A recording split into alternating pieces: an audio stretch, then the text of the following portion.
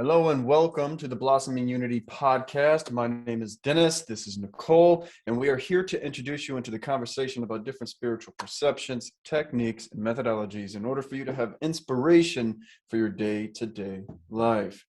Hello, Nicole, and everyone tuning in. Hello, everyone. Hello, Dennis. How is everyone? We just skipped the week. We did. For good reason. More or less. I was sick, so we had to. I sounded even worse than I do now, so we decided to not do it. Yes. Yeah. So, but we're back, which is cool. I'm happy. Here, glad to be here. Grateful and thankful. Absolutely. Yes. Absolutely. You know what I've been noticing is how everything is falling into place. Oh, are you in that flow moment? Oh, yeah. Yeah, I like that. Oh, everything is just aligning. Everything. I mean, we've even talked about it here on this podcast. You know, my favorite thing to say yes to life. It's worked out. Really, it has. There's obviously some factors that play into being able to do that, depending on, your level of triggers and trauma, what you've healed, what you haven't healed. But I've noticed the more that I've said yes, and when I say yes, so let's say a particular situation has come to me. I was having a conversation with a friend. And normally what they would say, I believe I was telling you about this story yesterday when we had our little pre-talk, but having a conversation with a friend, they said something that normally would have triggered the absolute hell out of me.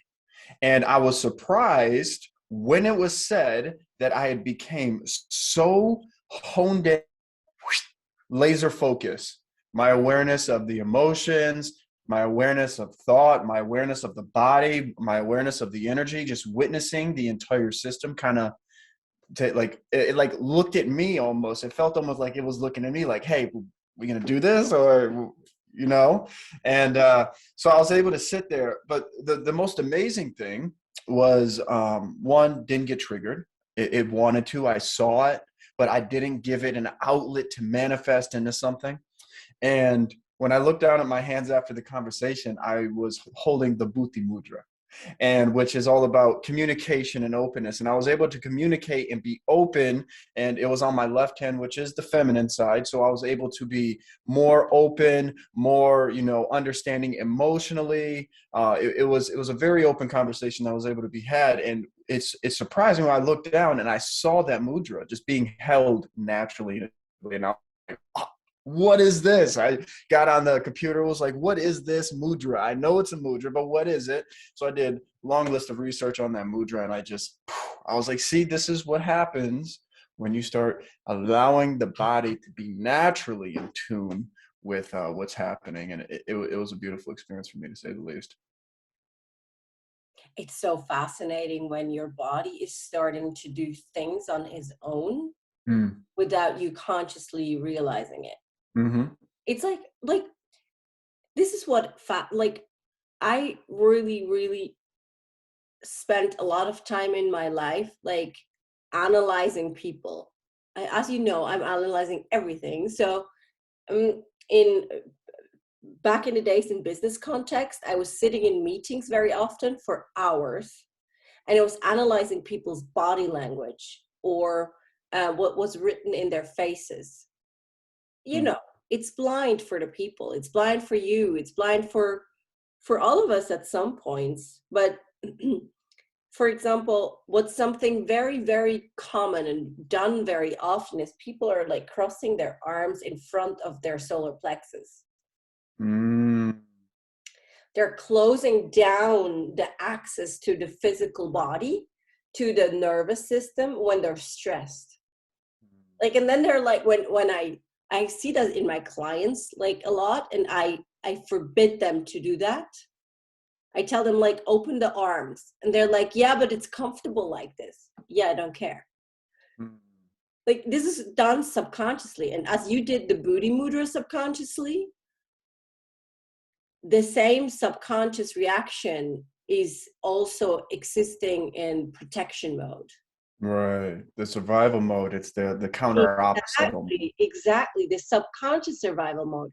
And what I think is really fascinating when you want to learn, when we're speaking about spiritual awakening, we're speaking about mindfulness, we're speaking about consciousness, then it's like, realize you yourself what you do.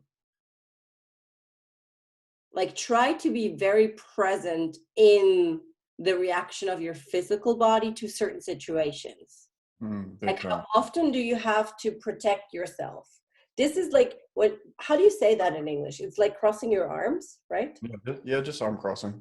Arm crossing in front of you. It's like, how often do you find yourself in this position? For me, this position in the meantime is really uncomfortable. Or there's another position when women do that often. It's not a man's thing so much, but for women, what's done often is they put one hand into the hips. So they're making an angle with the elbow to be more present, to have like more physical presence, because there's a certain kind of sense of being small, being overseen, being like, and that's really interesting, because your body, through those subconscious movements, is telling you a lot on how your nervous system is currently doing. Bingo. And it shows you, the more, what I've noticed is the more simple the beginning practices are, hey, just focus on your breath. Take some conscious breaths. Yes. What's actually happening there, it seems so simple on the surface, but it's putting you back in tune with the nervous system, where you're not trying to control it all the time and contract it and hold it all in. It's bringing that awareness. And when I did the Bhutri Mudra, yes, it was totally subconscious. That's beautiful. But now it's brought me into alignment where now I can make that conscious action to automatically do that. Now, when I notice myself speaking, I'm doing that. I'm holding it. I'm holding that space. My shoulders go back a little bit when I'm speaking, and I'm speaking from there. And the awareness of where the speaking's coming from. Is it coming from the voice? Is it coming from the head? Is it coming from the heart? Where is this voice coming from? So when I open this up, I feel the vibrations hitting my throat, and there's a resonance in it, and it's sending out a vibration that can be understood consciously or subconsciously. But subconsciously, you're definitely going to understand what's being said.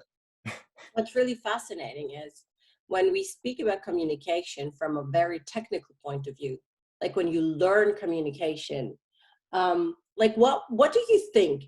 Oh, let us know in the comments. What do you guys think? How much percent of communication is the actual word? What do you think? Approximately, like around 10, around 30, around 70. Well, the actual word, I would say it'd probably be around 10 to 15%, if that. 8. I think majority 8. Wow. 8.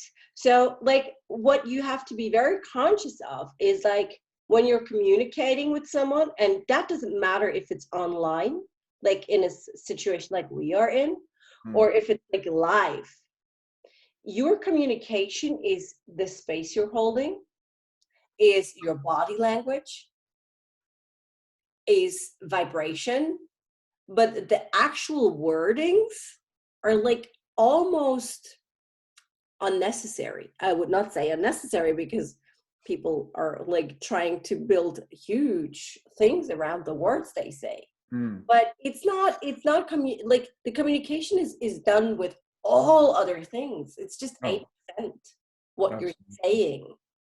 But what your physical body is saying, what your posture is saying, what you're like, when you are in a meeting and someone is sitting there like openly, like with an open chest, with the arms open, maybe having a pencil and writing something down, and having a very open gesture, and say, oh yes, I want to do that, and oh, that's interesting, and tell me more about that. Or someone is sitting there with the arms closed maybe even the legs crossed like this, and to say, oh, interesting, tell me more about that.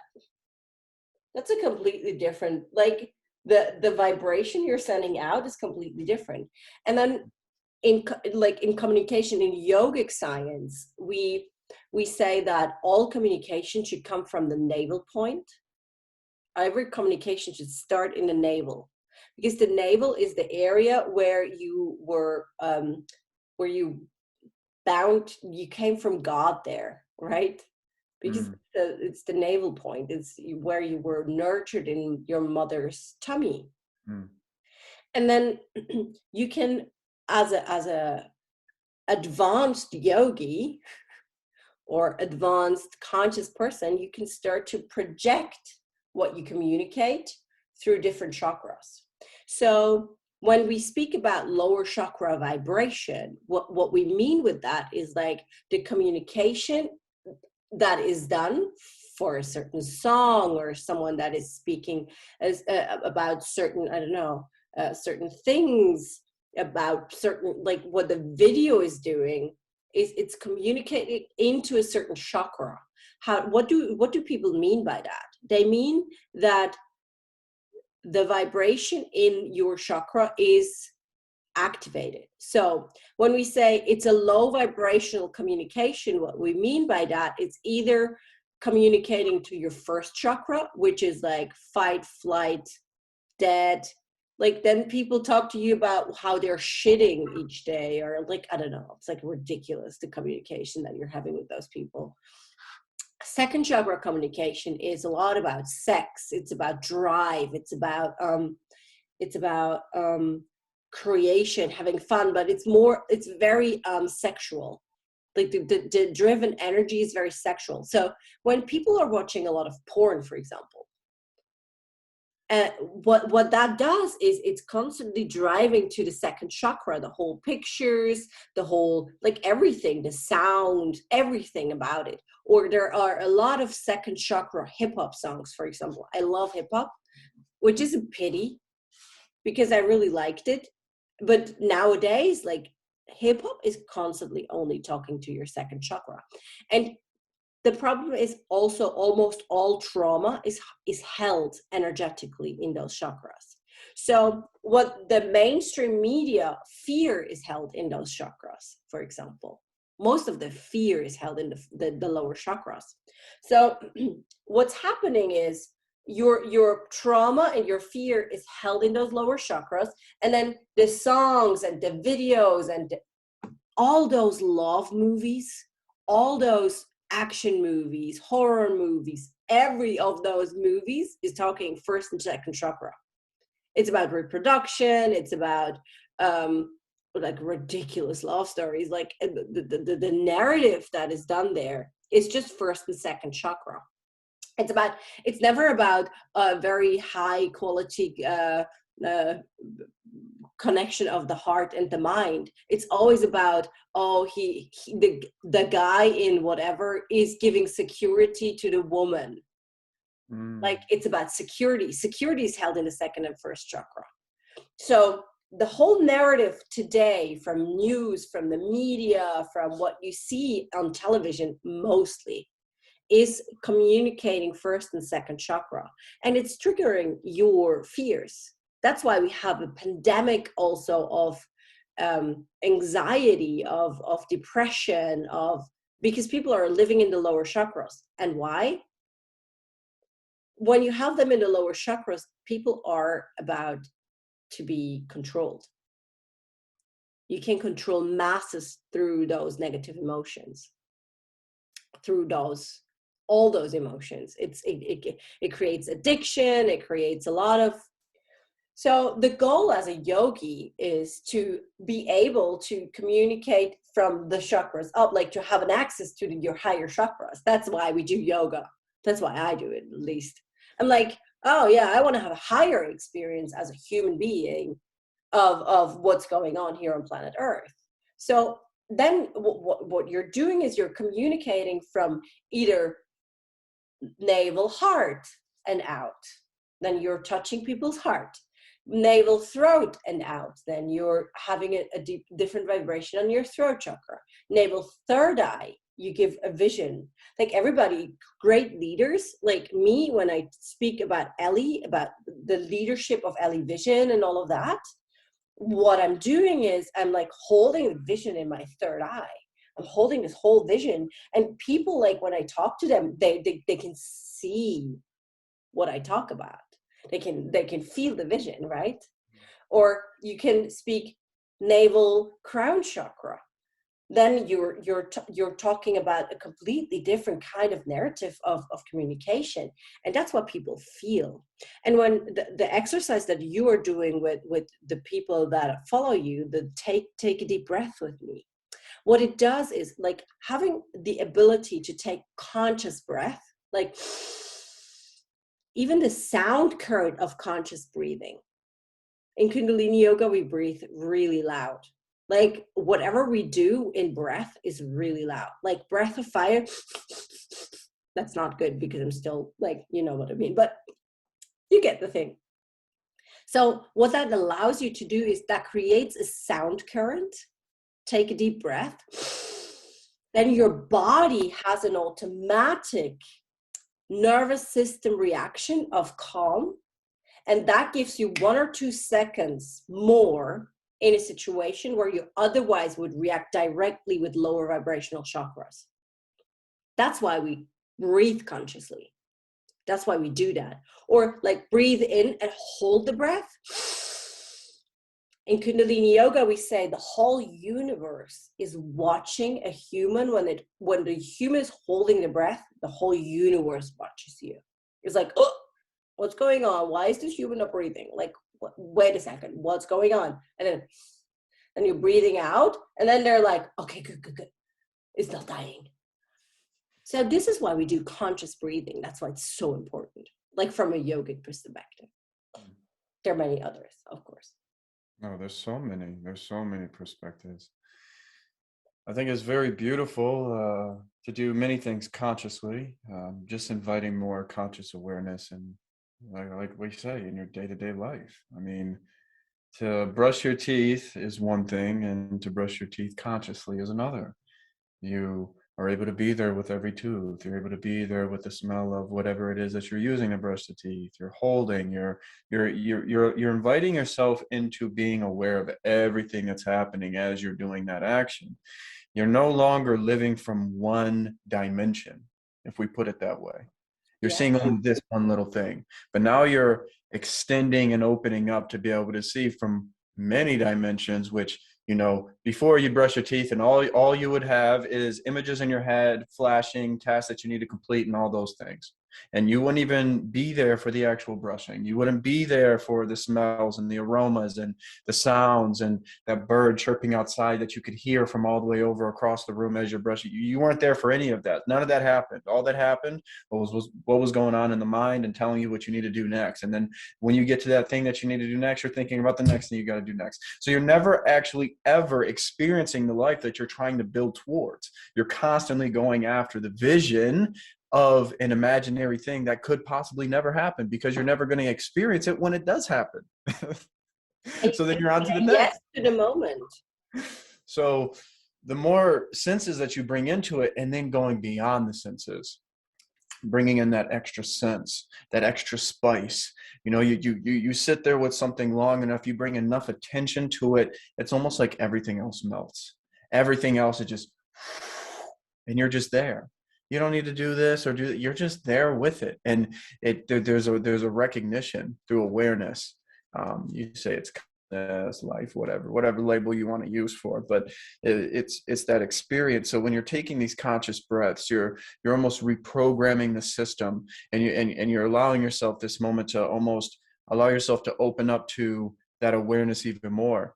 You know, the biggest thing is a lot of people are like, well, I don't know if I'm going through a spiritual awakening. You asking that damn question shows that you already started or you're going through one now. And that question would never arise if you weren't already feeling the little pushes, right? If you weren't already feeling something waking up within you.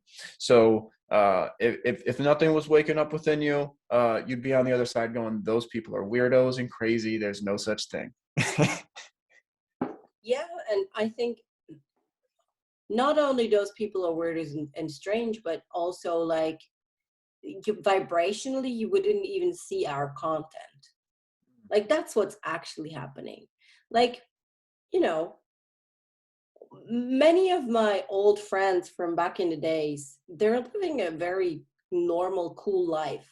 Like they're getting married and they're having their kids and they're having their jobs and part-time jobs and careers, and they're having new vacation where they're going, and a new car or a beautiful handbag, or pleasures in the outside world.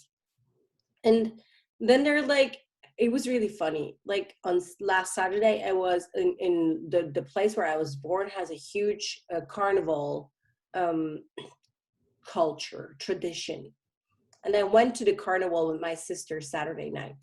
I was dressed as the Snow Queen. So there are pictures of that. Cold-hearted. Snow Queen. You know what was funny? I was in a bar. I went into a bar with my sister, and I went in there, and there was this guy, and I was dressed in white with a turban, and I had some carnival makeup going on. And a guy, he stopped me and he looked at me and he like, what is your dress? And I'm like, I'm the Snow Queen. And he says, no, you look more like the sun. He saw that, he saw the light, which was really sweet. You started blushing, huh? Hmm. Uh, It's like, ooh. it's like, of course I did. I always blush, you know me. I'm so shy. I'm like, oh my God, go away. I have to go. Okay, bye. That's my reaction to things like that. I'm like, oh yeah, thank you, bye. But I was standing there, and like people were talking to each other. Like I met some people that I haven't seen in years now because there was COVID and all of that, and they were like, oh hi, how are you? And they hugged me, and I don't know what to talk about anymore with those people. Like my life is so different of the lives of other people. I don't watch TV. I don't do like I have Netflix, but I almost never watch it. I like when I like to read books, and like it's really, I'm a strange person. And they are like my sister and her, our friends like from back in the days, they were all talking like, oh my God, yada yada yada, this and that. And I was standing there and I was watching them again. Like I was analyzing.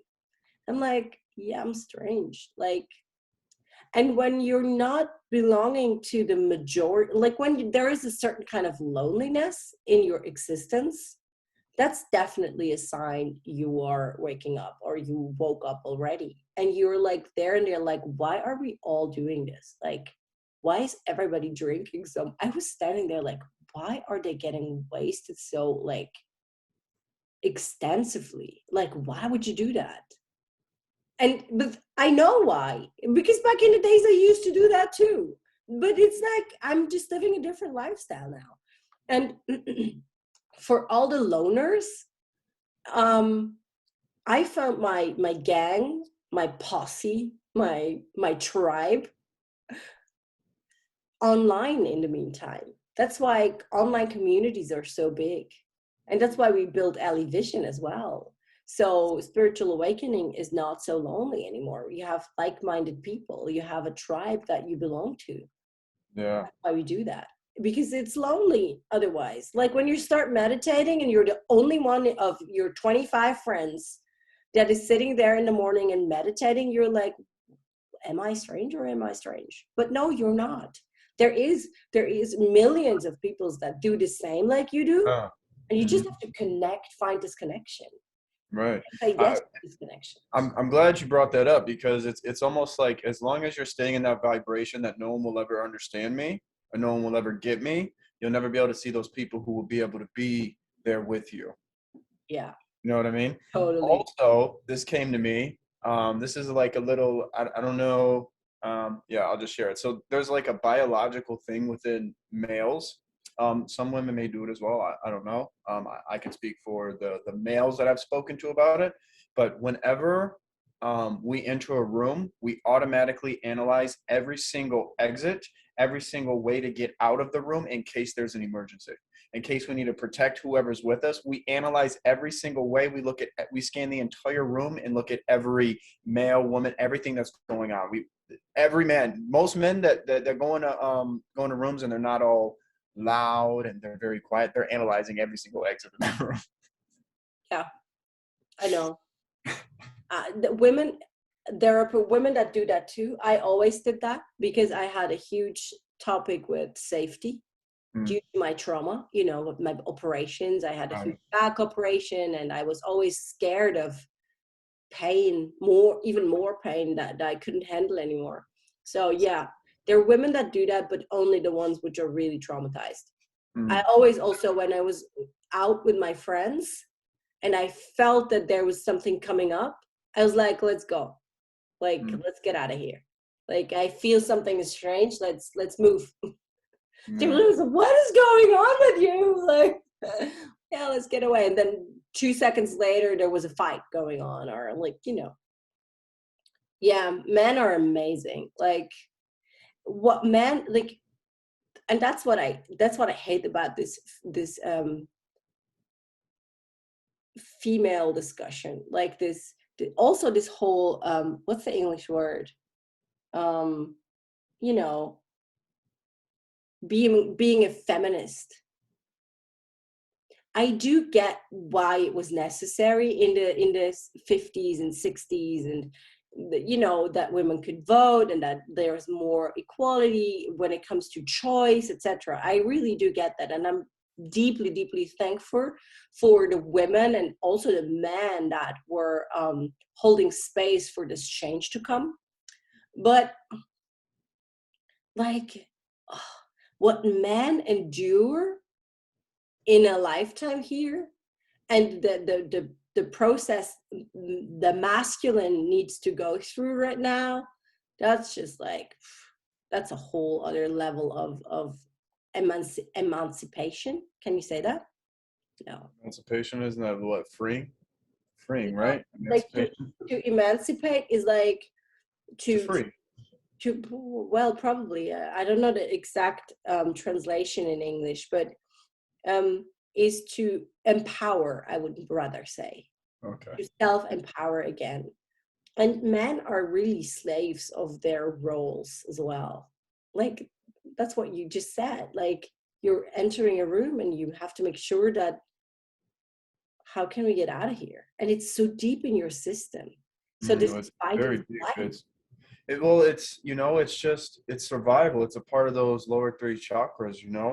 And we do live in a society that is evolving, is bringing up issues that need to be spoken about. You got to feel it to heal it. You know what I mean? So, we do see that the majority of society is in the lower three chakras, but we do have individuals who are rising above, going on the journey to look beyond those.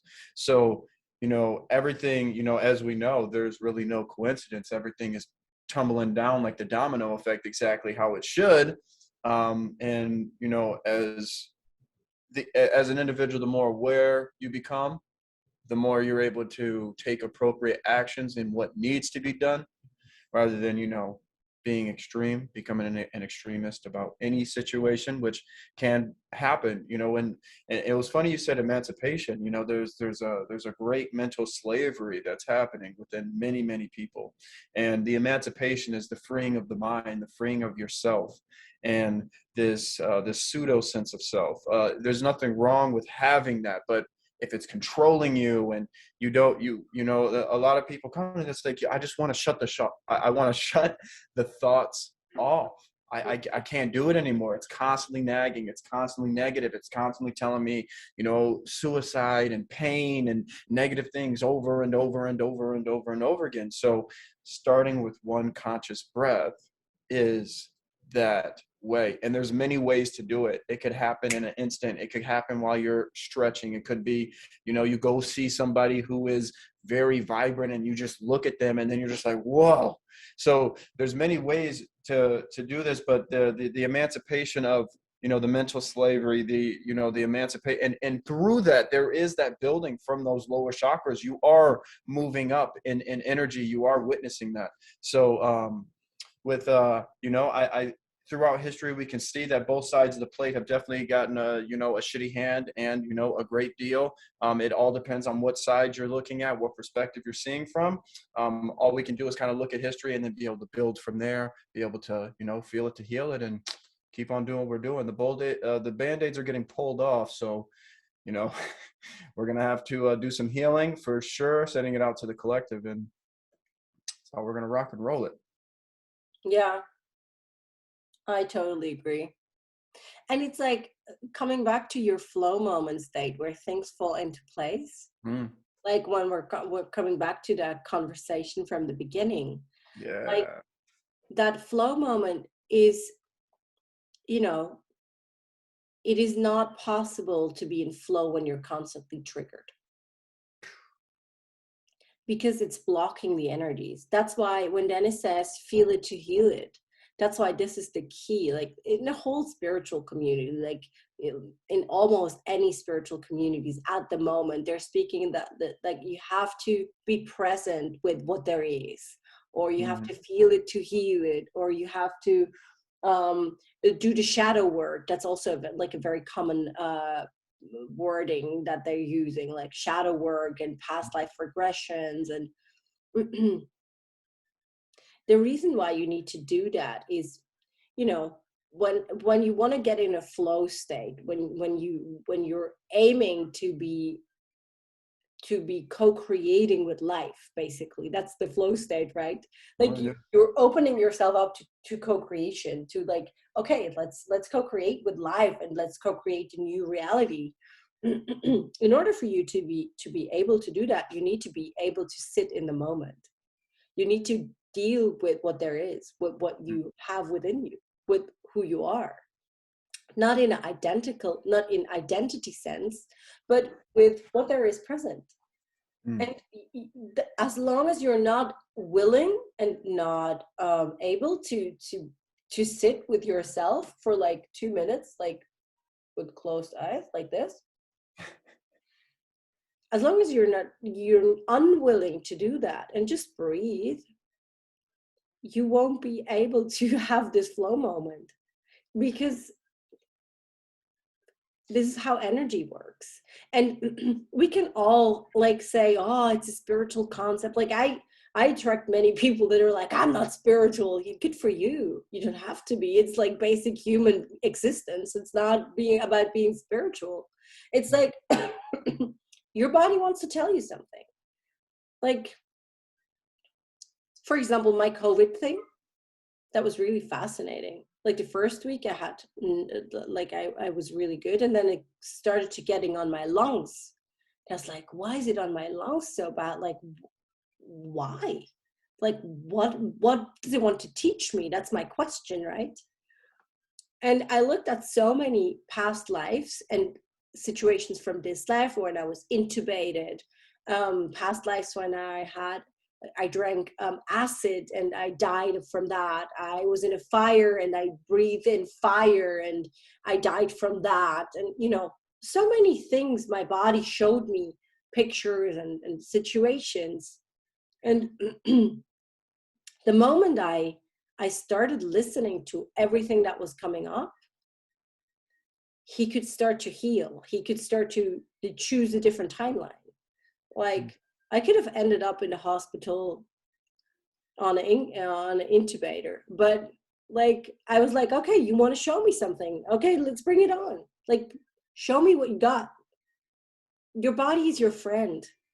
Your body really is your teacher. Is like, I do deeply believe that your body's holding all the teachings that you need for this lifetime. This in every cell there is information. Every single cell is holding information, experience from your ancestors, from your soul, from like your body contains the knowledge of the whole world from the first second of existence, even before that. And you can, like, through meditation, you can access this knowledge if you want to. I know it sounds very spooky, and I don't know if it's necessary to know that, but what I think is definitely necessary is to understand that when you're triggered, it's your body telling you, excuse me, but we have a topic here and you haven't looked at it yet. So please come and look at it. I have stored information for you, and the body always stores information with 5 senses, with pictures for the eyes, with sound for the ears, with taste and smell, and with feelings, like kinesthetic information. So you're triggered, then ask yourself, where do I feel that I'm triggered? Like the last time you were triggered, we do that. Close your eyes, take a deep breath, hold it, and exhale. And go back to the last situation you were triggered. Very good. Where do you feel that you were triggered? Where do you remember how it felt, the trigger? You hold that. How big is that type of trigger? Is it more like a tennis ball, or more like a football, basketball, more like the sun, a planet, a universe? How big is that trigger?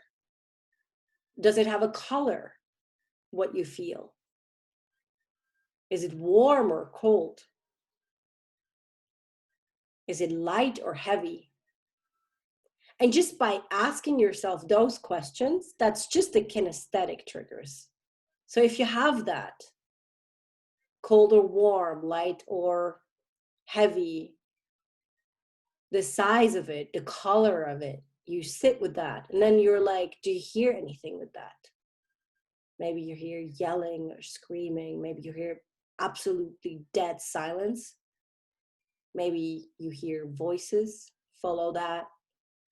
Are there pictures or a movie coming up to that sound, to the feeling of it? Is the picture black and white or in color? Is it just blackness or light? Does the picture have a frame? Or are you in the picture? When you're in the picture, you're associated with the situation. Amazing. And then, do you smell anything? Do you taste anything? And if you have all the senses, some of the senses will have no information for you, some will. It depends on your predominant sense. And it's a bit training. And when you have all of that, then you feel again, where is the trigger? And then you're just double tapping left, right, where it is. And you're helping your body. You're holding the pictures, you're holding the sound, the smell, the taste. And you're double tapping on where you feel the shock. And then you do that, take a deep inhale. And exhale. And then you're feeling into it again. Did your resonance of this feeling of the worst moment of the trigger get smaller? Is it still the same size? Oh, it's smaller probably. Did something change in the color? Did something change in the temperature? Is it still cold or warm? Did something change in the heaviness of the resonance? And then you go again, and do you still hear something? Is that louder? Is it less noise? You go in, is there the picture or the movie, is it still there? Is it still with the same quality? Momentum. Do you still smell anything, or do you now smell something? Do you taste something? And then you're going in again, and you're double tapping on your resonance. And this is how you sit and you work through what your body is having stored for you. And we're not judging. people in my practice are like, oh, that doesn't make sense. I don't know why I see that. And I don't know like, why am I in the 18th century? Who cares why you're there? It's stored in your cells. It is a trigger. Your body wants to show you something. And that's the whole game we're playing. It's the game plan of human existence. Someone, apparently, you're holding this vibration, and that's why someone showed you your trigger. And that's all there is. If there wouldn't be a trigger, if it has nothing to do with you, it's not there. If it's there, it wants to be seen. It's very simple. That's all I do every day. I'm like, oh, that triggered me. Like war in Ukraine. Oh, that triggers me. Why is it triggering me? What is behind there? Oh, I see there's only one side of information given out by the media that triggers me. I don't like that. Why do I not like that? Then I go into it. Then I'm looking like, okay, what experience is my body holding that apparently only one side of the information is giving out? Like, why is that triggering me? You have to ask yourself that. During the pandemic, with the codes that were giving out, like the QR codes, I really didn't like those QR codes, and I was like, why don't I like those QR codes? Like, what's the problem with the QR code? Like, who the fuck gives a fuck? Nobody. But I did. I gave one. So I looked at it and I was like, oh, there are information in my system stored about being controlled from Atlantis. And, you know, with the time you're getting a little bit more sophisticated in this whole game, and you know, oh, this is coming from my ancestors. This is coming from my soul. This is just from a movie that I consumed. Dennis currently, it's so funny. If you watch the video, you have to watch the video. Currently, he looks like Genghis Khan. It's like so funny when the vibration of another lifetime is coming in. You're like, oh, that's not the same person anymore. So yeah, that's how you sit with what there is. That's what people mean. We only have the possibility of experiencing everything on this planet, and I mean everything, through our five senses. That's it. There is no other way in the human body than the five senses. There's a sixth sense. Yes, but that's not how you experience reality in the physical body. That's not how the physical body is holding vibration. The physical body has the nervous system, and the nervous system is, that's why you feel that you're alone, because your nervous system ends at your fingers.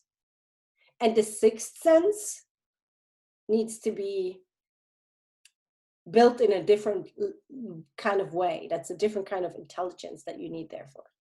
That's the intelligence. It's why we do yoga. It's why we do meditation. Yes, it is. But you have to understand that your physical body, everything that is held in the physical body is held within those five senses. But what holds those five senses? Excuse me? What holds those five senses? Isn't it that sixth sense? Yes, it is, but don't tell them. Too complicated. Yeah. Also, the beautiful thing of what you're explaining here is you're going into, you know, in doing this work, and you're generating a spaciousness from the identity from this trigger, so it's not as potent because it's engraved as a part of the personality. Is that kind of what you're explaining? It's engraved within the personality. They're making actions. They're generating karma from that said trigger, that personality trait, because of the protection that needed to happen from that trauma. So now they're generating the spaciousness within from it to be able to see it for what it is, and then being able to almost create a new momentum and let that one go. You can imagine it like a data cloud, like an iCloud. You are a huge iCloud. And some information in this iCloud is sending out a vibration into the field, into the quantum field.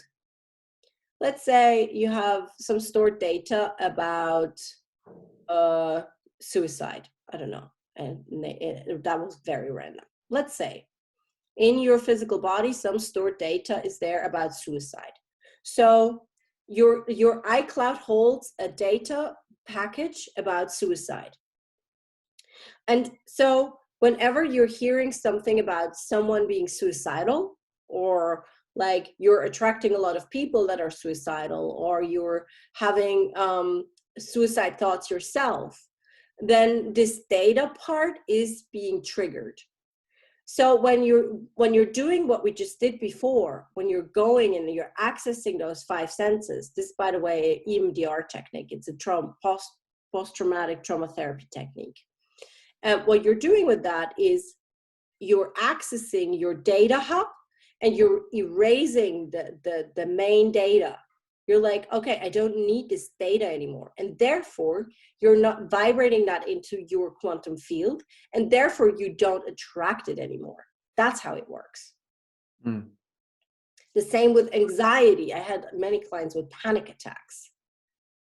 Like if what your body is holding underneath the anxiety or the panic attack, if you work through that with the technique that I just showed you, it will go away.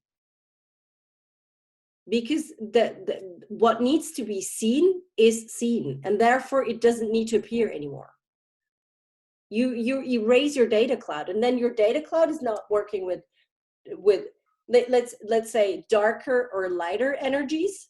Like when you're like erasing the darker energies in a painting, you're vibrating more light. That's what you do. That's the whole technique. Like, it's really simple, actually. It's very technical as well. Mm-hmm. So yeah, try it. Like, try to sit with what there is and try to access the five senses. It's difficult in the beginning. It's like it takes a lot of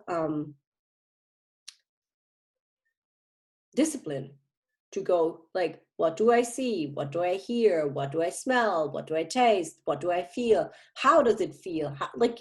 And then go through that 5-6 rounds through the same, stay with the same trigger.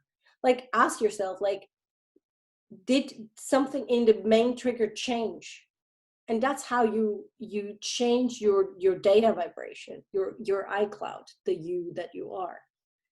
And then coming in flow with holding more lightful data, people around you just feel that because you're emanating more light very automatically.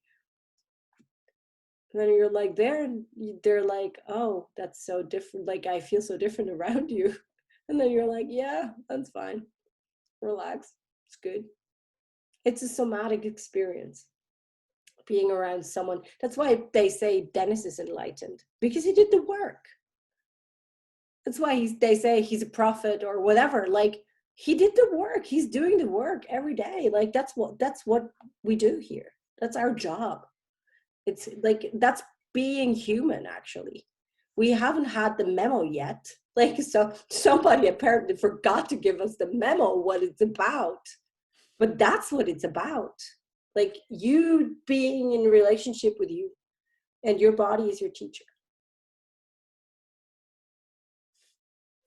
And then you can come into flow moments.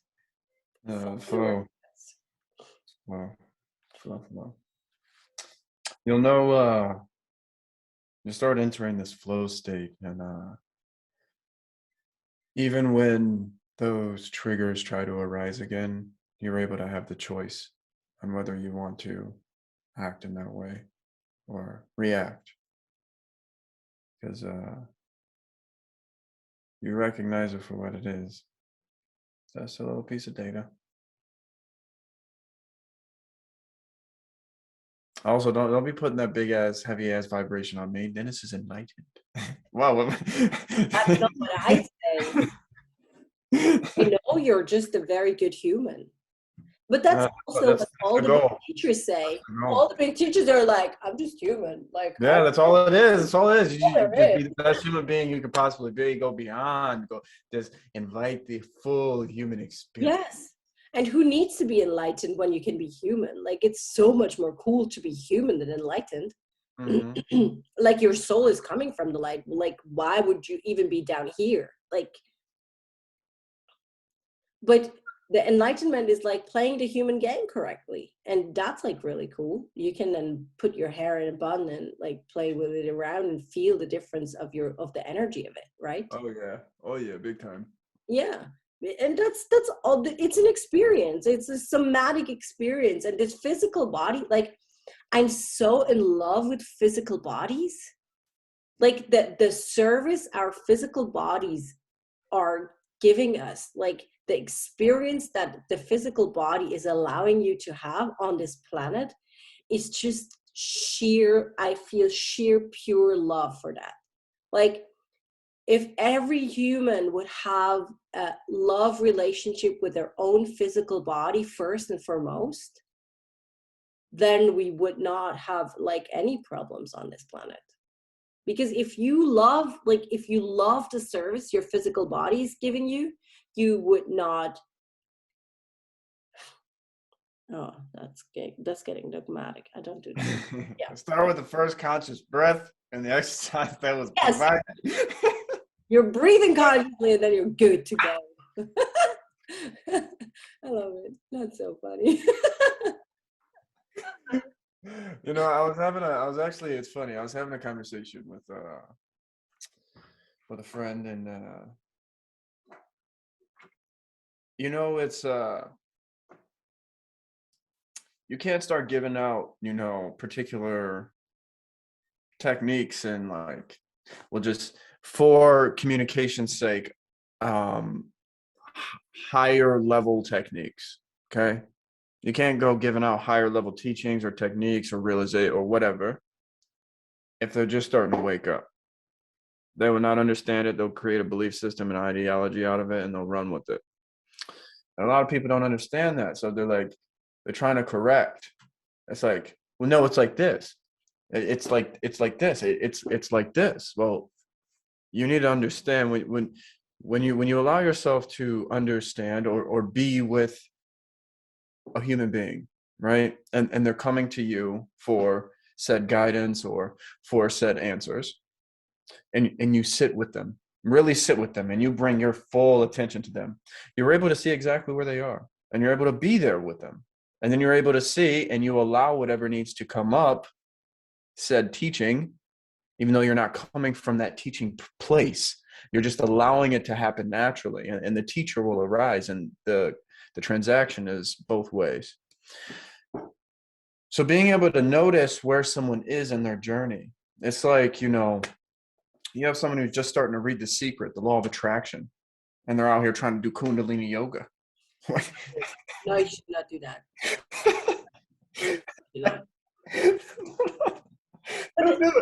The cool thing is they find Kundalini yoga very strange then, and they're looking at. Oh yeah, yeah, like, yeah.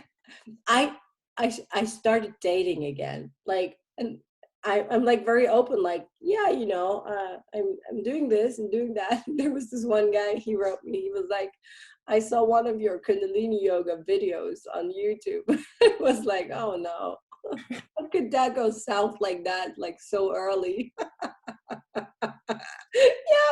with the turban and the white dress. I was like, oh yeah, that won't happen. Oh, it was too good to be true. That's so funny. But I mean, no, you don't do Kundalini yoga when you start with it. It's not smart. And Kundalini It'll call you. It'll call you. it will when it's like, and maybe it even doesn't. Like, I hated yoga. Like, I'm not doing yoga. Like, I never did yoga before Kundalini yoga. That's my entry point. I always found those yoga people very strange. I was like, why would you do that? Like, I really never didn't even like yoga. But then I found Kundalini yoga, and they were so strange that it was my tribe. I was like, yeah, they're strange, but the experience, the somatic experience I had during my first Kundalini yoga class was such a bomb. I was like, yeah, that's my thing. There is definitely a difference between Western yoga and real yoga. Yeah. Western yoga, stretching. Yeah. Western yoga is stretching. It's just stretching. And that's fine as well. Oh, absolutely. It's amazing when you stretch your body. That's perfectly fine. Like, if people would just stretch their body for 5 minutes a day, that Mhm. would be enough for like a better planet, you know. I mean, just it's union. You want union of everything. You're just coming into union. Just it's yoga union. Yeah. So Beautiful. yeah, I think that was great. I think that's I think the rest of the people should have a beautiful rest of their week. Definitely check out Ellie.vision. Some of the most beautiful, amazing spiritual beings with business, breath work, different, magazine writings.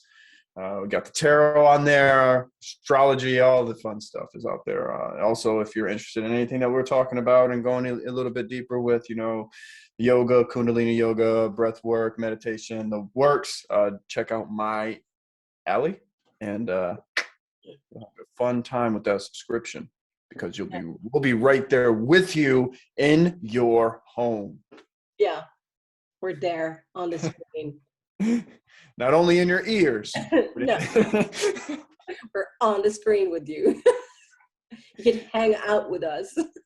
And then if you really want to get technical, we're actually in your head because everything that you're perceiving is happening in your primary visual cortex, which is happening in the back of your skull. So technically, we're not really in front of you or in your ears. We're happening in your head, and you are able to perceive as if you're hearing us from your ears and seeing us with your eyes. Ah! Whoa! You just made it strange.